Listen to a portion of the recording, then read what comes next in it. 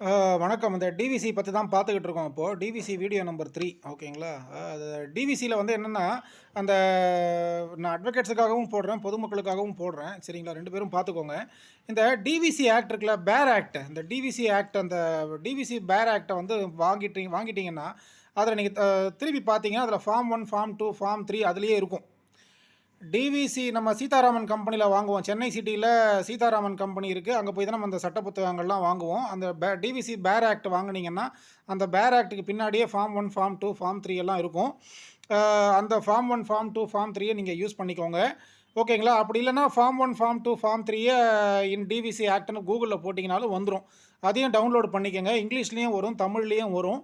ஓகேங்களா? அத டவுன்லோடு பண்ணிக்கணும். அதாவது என்னன்னா, கணவர் மீது நான் டிவிசி போட போறேன் அப்படின்னா, அதுக்கு ஃபர்ஸ்ட்டு ஸ்டெப்பு என்ன பண்ணணும் அப்படின்னா, நீங்க போய் ஃபர்ஸ்ட்டு ஸ்டேஷன்ல போய் கம்ப்ளைண்ட் குடுத்துருவீங்க.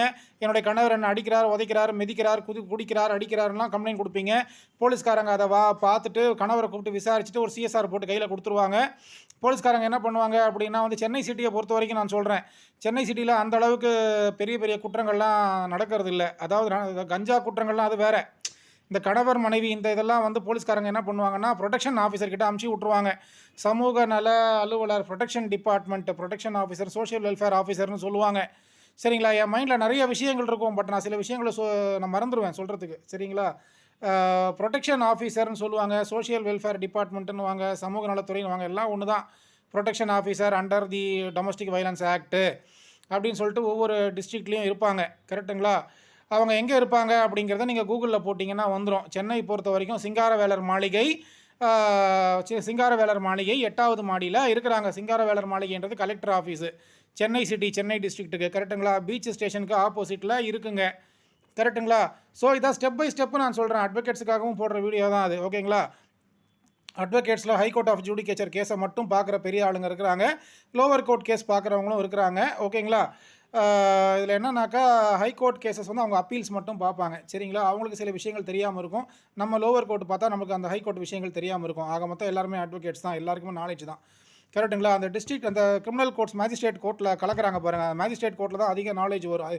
அங்கே இருக்கிறவங்களுக்கு தான் அதிக நாலேஜ் இருக்கும். அதுக்காக பெரியவங்களுக்குலாம் நாலேஜ் இல்லைன்னா அர்த்தம் கிடையாது. நீ அப்படி தப்பாக நினைக்கக்கூடாது. ஏன்னா அடியிலேருந்து அடப்படுக்கிறது, ஆழத்தில் இறங்கி பார்க்குறது என்ன இந்த மேஜிஸ்ட்ரேட் கோர்ட்டு தான். கரெக்டுங்களா? எப்போவுமே கிரிமினல் சைடு பார்க்குறவங்க கிங்கு தான். கரெக்டுங்களா? எதுக்கு நான் சொல்கிறேன் அப்படின்னா, என்ன சொல்கிறது, ஒரு ஆள் அடிச்சிட்டாங்க, ஒரு அட்வொகேட் அடிச்சிட்டாங்க அப்படின்னா அந்த கோர்ட்டு பாய்காட்டு அதெல்லாம் நடக்கும். சரிங்களா? அதாவது என்ன சொல்கிறது, ஒரு அட்வொகேட்டை தாக்கிட்டாங்கன்னா என்ன பண்ணணும்?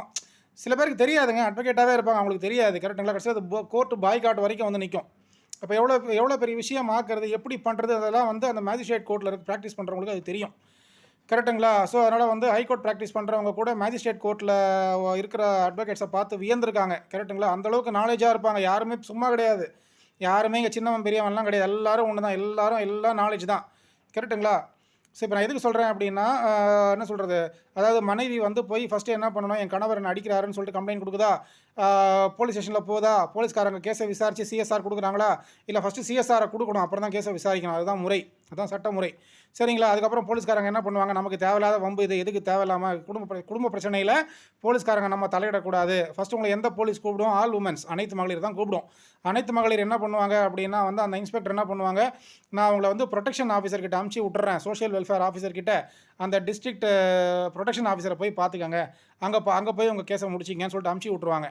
போலீஸ்காரங்க என்ன பண்ணுவாங்க அப்படின்னா, அங்கே ப்ரொடெக்ஷன் ஆஃபீஸருக்கு ஃபோன் பண்ணி, நான் ஒரு ஆள் அனுப்பிச்சி விட்றேம்மா, கொஞ்சம் பார்த்துக்கோ அப்படின்னு சொல்லி அனுப்பிச்சி விட்ருவாங்க. இல்லைனா உங்களுக்கு அட்ரஸை கொடுத்துருவாங்க. நீங்களே கூகுளில் பார்த்து அந்த ப்ரொடெக்ஷன் ஆஃபீஸர்கிட்ட போயிடணும். சென்னை சிட்டியை பொறுத்த வரைக்கும் சிங்காரவேலர் மாளிகை, கலெக்டர் ஆஃபீஸு, பீச் ஸ்டேஷனுக்கு ஆப்போசிட்டில் இருக்குது. 8வது மாடிக்கு போனீங்கன்னா ப்ரொடெக்ஷன் ஆஃபீஸர்லாம் உட்காந்துருப்பாங்க.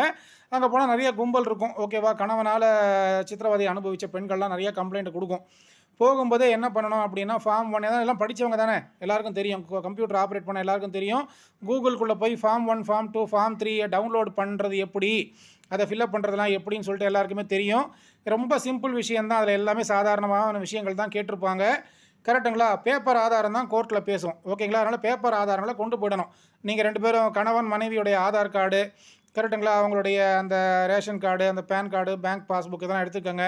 அதுக்கப்புறம் திருமணமான சர்டிஃபிகேட்டு, குழந்தையினுடைய பர்த் சர்டிஃபிகேட்டு, திருமண பத்திரிக்கை, திருமண ஃபோட்டோ, ஓகேங்களா, இதெல்லாம் எடுத்துக்கிட்டு ஒரு கைப்பட ஒரு கம்ப்ளைண்ட் ஒன்று எழுதிருங்க. ஃப்ரம் உங்கள் பேரை போட்டுக்கோங்க, டு வந்து ப்ரொடெக்ஷன் ஆஃபீஸர், சமூக நல அலுவலர் அப்படின்னு போட்டு சிங்காரவேலர் மாளிகை அப்படின்னு போட்டு நீங்கள் என்னென்ன கொடுமைகள்லாம் அனுபவிச்சிங்களோ உங்கள் கணவர் மூலமாக, மாமியார் கொடுமை பண்ணாங்க, மாமனார் பண்ணாங்க, நாத்தனார் பண்ணாங்க, கொழுந்தனார் பண்ணார் அப்படின்னு சொல்லிட்டு கம்ப்ளைண்ட்லாம் விலாவாரியாக கையில் எழுதிக்கங்க. கையில் எழுதுவீங்களோ டைப் அடிச்சுட்டு சைன் போட்டு கொண்டு போய் ப்ரொடெக்ஷன் ஆஃபீஸர்கிட்ட கொடுத்தீங்கன்னா அவங்க வந்து உங்ககிட்ட ஃபார்ம் 1, ஃபார்ம் 2, ஃபார்ம் 3 எல்லாம் ஃபஸ்ட்டு ஃபில்அப் பண்ணுமா அப்படின்னு சொல்லிட்டு சொல்லுவாங்க. அப்போ நீங்கள் என்ன சொல்லணும், அதெல்லாம் தேவையே இல்லைங்க, நானே ஃபார்ம் 1, ஃபார்ம் 2, ஃபார்ம் 3 எல்லாம் டவுன்லோட் பண்ணி நான் எல்லாத்தையும் அழகாக பிரிண்ட் அடித்து கொண்டு வந்துட்டேங்க. ஓஹோ பரவாயில்லையே, நீ இந்தளவுக்கு சூப்பராக இருக்கிறியா, யார் சொல்லி கொடுத்தா? சுரேந்திரன் அட்வொகேட்டுடைய வீடியோவை பார்த்தேங்க, அவர் தாங்க சொல்லி கொடுத்தாரு. அதனால் வந்து அதன்படி நான் வந்து உங்களுக்கு நான் சிரமம் கொடுக்க விரும்பலைங்க. ஸோ நான் ஃபார்ம் 1, ஃபார்ம் 2, ஃபார்ம் 3 டவுன்லோட் பண்ணி ஃபில்அப் பண்ணி கொண்டு வந்துட்டாங்க, இந்தாங்க ஆக்ஷன் எடுங்க அப்படின்னு சொல்லிட்டு நீங்கள் கொடுத்துடணும். சரிங்களா? அதில் வேறு ஒன்றுமே இருக்காது. கணவர் எப்போ கொடுமை பண்ணார், என்ன பண்ணார், எந்த விதத்தில் கொடுமை அனுபவிச்சிங்க, எப்படி அடித்தாரா, பிடிச்சாரா, அசிங்கமாக பேசினாரா, மன உளைச்சல் பண்ணாரா, என்ன பண்ணார், எல்லாமே அந்த கேள்வி இருக்கும். அந்த கேள்வியெல்லாம் நீங்கள் வந்து அழகாக பதில் எழுதுங்க. தமிழில் எழுதுங்க, இல்லை இங்கிலீஷில் எழுதுங்க, உங்களுக்கு தெரிஞ்ச பாஷையில் எழுதி கொண்டு போய் அங்கே கொடுத்துடணும். நான் சொன்னதெல்லாம் ஒன்றொன்றையும் ஃபாலோ பண்ணணும். ஓகேங்களா? உங்கள் கைப்பட லெட்டர் எழுதணும், டைப் அடிக்கணும், இந்த ஃபார்ம் 1, ஃபார்ம் 2, ஃபார்ம் 3 ஃபில்அப் பண்ணணும், உங்கள் பேங்க் பாஸ்புக்கு இதெல்லாம் நீங்கள் கொண்டு போகணும். ஓகேங்களா? திருமண சர்டிஃபிகேட்டு, இதெல்லாம் குழந்தை பிறந்த சர்டிஃபிகேட்டு இதெல்லாம் கொண்டு போங்க. நான் எதுக்கு 2 வாட்டி 3 வாட்டி என் கூட இருக்கிறவங்களே சொல்கிறாங்க, என் சொந்தக்காரனே சொல்கிறான், ஒரு விஷயத்த சொன்னால் 10 வாட்டி சொல்கிறப்பா அப்படின்னு சொல்லிட்டு. எல்லாருமே கற்பூரம் கிடையாதுல்ல, நிறைய பேர் வாழ மாட்டேங்க இருப்பாங்க. கற்பூரம், கறித்துண்டு, வாழை மட்டை. கற்பூரம் கப்புன்னு பற்றிக்கும், கறித்துண்டு உஃப்னு ஊதுனா பற்றும், வாழை மட்டை எவ்வளோ சொன்னாலும் பத்தாது. அந்த மாதிரி சில பேர் வந்து கறித்துண்டாக இருப்பான், அவனுக்கு ஒரு முறை சொன்னால் புரியாது, 2 முறை சொல்லணும், அப்போ தான் அவனுக்கு புரியும். அவனுக்கு புரியணுன்றதுக்காக தான் நான் 2-3 முறை சொல்லிக்கிட்டு இருக்கேன். பிடிச்சா பாரு, பிடிக்கலையோ போய்கிட்டே இரு. இந்த வீடியோ எனக்கு அவசியம் கிடையாது. ஓகேவா? என்னை பொறுத்த வரைக்கும் பாதிக்கப்பட்டவன் பயனடையணும், பாமரனுக்கு சட்டம் தெரியணும், அவன் புரிஞ்சிக்கணும். ப்ரொடெக்ஷன் ஆஃபீஸர்கிட்ட போனால் என்ன நடக்கும், ஏது நடக்கும்ன்றதை அவன் தெரிஞ்சிக்கணும். அதுக்காக தான் சொல்கிறது. கரெக்டாக இல்லையா? எனக்கு தான் எல்லாம் தெரியுமேனா அப்புறம் என் வீடியோவை பார்க்காத. கரெக்டாக இல்லையா? போய் சுப்ரீம் கோர்ட்டில் போய் ப்ராக்டிஸ் பண்ணு. ஏன் வேணான்னு சொல்லியே, நான் ஹைகோர்ட்டில் போய் ஜட்ஜாக உட்காரு. கரெக்டாக இல்லையா? அதான் உனக்கு தான் எல்லாம் தெரியுமே, அப்புறம் ஏன் என் வீடியோ பார்க்குற? ஸோ தெரியாதவன் பார்த்துட்டு போட்டான், இவ்வளோ தான் விஷயம். ஏன்னா நம்ம வக்கீல்கள் தான் சொல்கிறேன், சார் எல்லாம் தெரிஞ்சதான் சொல்கிறீங்க, 10 வாட்டி சொல்கிறீங்க, ஒரு விஷயத்துக்கு மறுபடியும் சொல்கிறீங்க, ஏன் சார் மறுபடியும் என் வீடியோ பார்க்குறீங்க? பார்க்காதீங்க சார். அப்போது சுரேந்திரன்றவன் இன்டெப்த்தான நாலேஜ் ஏதாவது உனக்கு வெளியே விடுவான் அப்படின்னு தானே என் வீடியோவை பார்க்குறீங்க, அப்புறம் எதுவும் குறை சொல்கிறீங்க?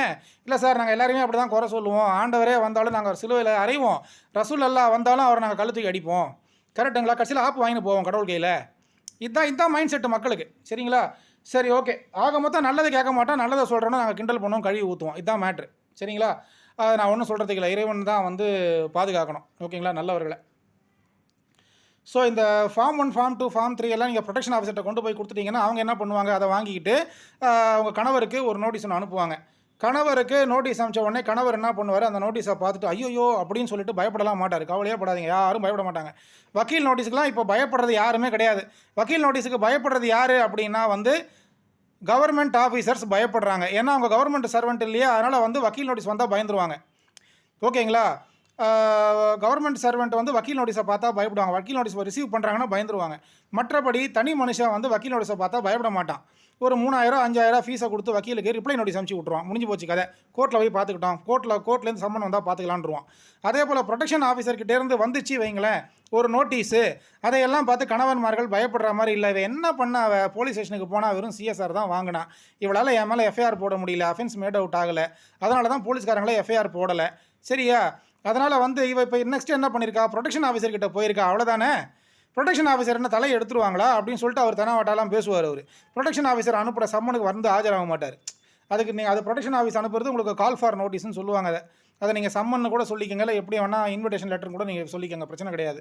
ப்ரொடெக்ஷன் ஆஃபீஸர்கிட்டேருந்து ஒரு லெட்டர் வந்துச்சுன்னா ஐயா அதை என்ன பண்ணுவார், அதை அக்செப்டே பண்ண மாட்டார், ரெஃப்யூஸ் பண்ணி அமுச்சு விட்ருவார், இல்லைன்னா ரிசீவே பண்ண மாட்டார். அட்ரஸி நாட் ஃபவுண்டுன்னு எழுது பண்ணுவார், அட்ரஸி லெஃப்ட்டுன்னு எழுத சொல்லுவார். போஸ்ட்மேன் கிட்ட ஒரு 100 ரூபா கையில் கொடுப்பார் போஸ்ட்மேனுக்கு.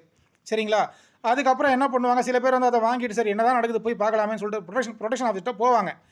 ப்ரொடெக்ஷன் ஆஃபீஸர்கிட்ட போயிட்டு அங்கே 2 பேரும் உட்கார்ந்த உடனே ப்ரொடெக்ஷன் ஆஃபீஸர் மத்தியஸ்தம் பண்ணுவாங்க. என்னவா பிரச்சனை உனக்கு அப்படின்னு சொல்லும்போது இதெல்லாம் பிரச்சனைன்னு சொல்லிட்டு 2 பேரும் அங்கேயே அடிச்சுக்குவாங்க, பிடிச்சிக்குவாங்க, கட்டி புரண்டு சண்டை போட்டுக்குவாங்க. அதையெல்லாம் விலக்கி விடுறதுக்கு ஒரு 4 பேர் வருவான். சில பேர் என்ன பண்ணுவான், சமாதானமாக பேசிட்டு போயிடுவான். சில பேர் என்ன பண்ணுவான், என்னுடைய ரிப்ளையே நான் உங்களுக்கு எழுத்துப்பூர்வமாக கொடுக்குறேன் அப்படின்வான். கரெக்டுங்களா? இந்த பொண்ணுக்கு ஒரு 20,000 கொடுங்க, 30,000 கொடுங்க, ஜீவனாம்சம் கொடுங்க, பொண்ணு குழந்தை பெற்றுக்குது, அந்த குழந்தைக்கு எதாவது கொடுங்க அப்படின்னு சொல்லிட்டு ப்ரொடெக்ஷன் ஆஃபீஸர் சொல்லுவாங்க. ஒத்த பைசா கொடுக்க முடியாது, என்ன பண்ணுறியோ பண்ணுவான். கரெக்டுங்களா? நீ என்ன பெரிய கோர்ட்டா, நீ என்ன மேஜிஸ்ட்ரேட் கோர்ட்டா, நீ என்ன ஹை கோர்ட்டான்லாம் பேசுவான். கரெக்ட்டுங்களா? அப்படியே கம்முன்னு ப்ரொடெக்ஷன் ஆஃபீஸர் என்ன பண்ணுவாங்க, கம்முன்னு விட்டுருவாங்க. சரி நீ என்னமோ பேசிட்டு போடான்னு சொல்லிட்டு ஃபார்ம் 2 எடுப்பாங்க அவங்க. ஃபார்ம் 2ல எடுத்து அந்த பொண்ணுக்கு என்னென்னலாம் பரிகாரம் வேணுது, ரிலீஃப் அண்ட் ரெமெடி கேட்குதுன்னு சொல்லிட்டு அதை எழுதிட்டு அதை அப்படியே என்ன பண்ணுவாங்க, கோர்ட்டுக்கு அமுச்சு விட்ருவாங்க. இப்போ ஃபஸ்ட்டு என்ன நடந்தது, போலீஸ்கிட்ட போய் கம்ப்ளைண்ட் கொடுத்த உடனே போலீஸ்காரங்க ப்ரொடெக்ஷன் ஆஃபீஸர்கிட்ட அமிச்சாங்களா? ப்ரொடெக்ஷன் ஆஃபீஸர் என்ன பண்ணுவாங்க நெக்ஸ்ட்டு, அவங்கள வந்து ஜுடிஷியல் அத்தாரிட்டி, அவங்கள அட்ஜுடிகேட்டிங் அத்தாரிட்டி கிடையாது. அவங்க என்ன பண்ணுவாங்க, கோர்ட்டுக்கு அமுச்சு விட்ருவாங்க, மேஜிஸ்ட்ரேட் கோர்ட்டுக்கு அமுச்சு விட்ருவாங்க.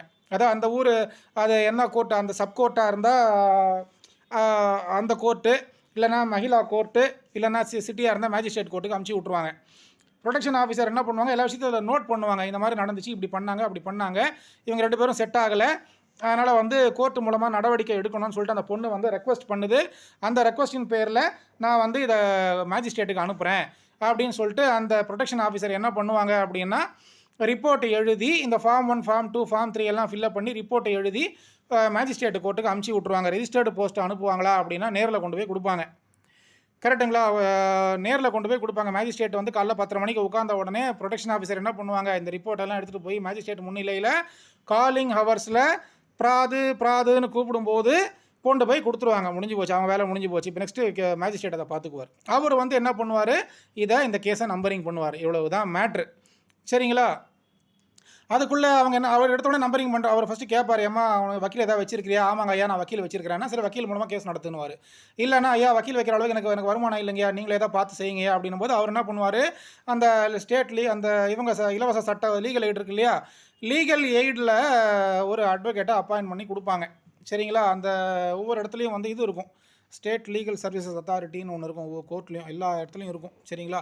அங்கே அமுச்சு விடுவாங்க. நீங்கள் அங்கே போய் உங்களுக்கு ஒரு இலவசமாக ஒரு வக்கீலை வந்து அவங்க அப்பாயின்ட் பண்ணுவாங்க. சரிங்களா? உங்களுக்கு வந்து வருமானம்லாம் எதுவும் இல்லை அப்படிங்கிற பட்சத்தில், சரிங்களா, நீங்கள் எதுவும் சம்பாதிக்கலை அப்படிங்கிறத நீங்கள் தான் இன்கம் சர்டிஃபிகேட் மூலமாக ப்ரூவ் பண்ணணும், சும்மா கிடையாது. ஓகேவா? கோர்ட் எடுத்தோடனே டப்புன்னு எல்லாருக்கும் வந்து இலவசமாக வக்கீலை அப்பாயின்ட் பண்ணிட்டா 100 கோடி பேரும் கோர்ட் வாசலில் தான் வந்து நிற்பான்.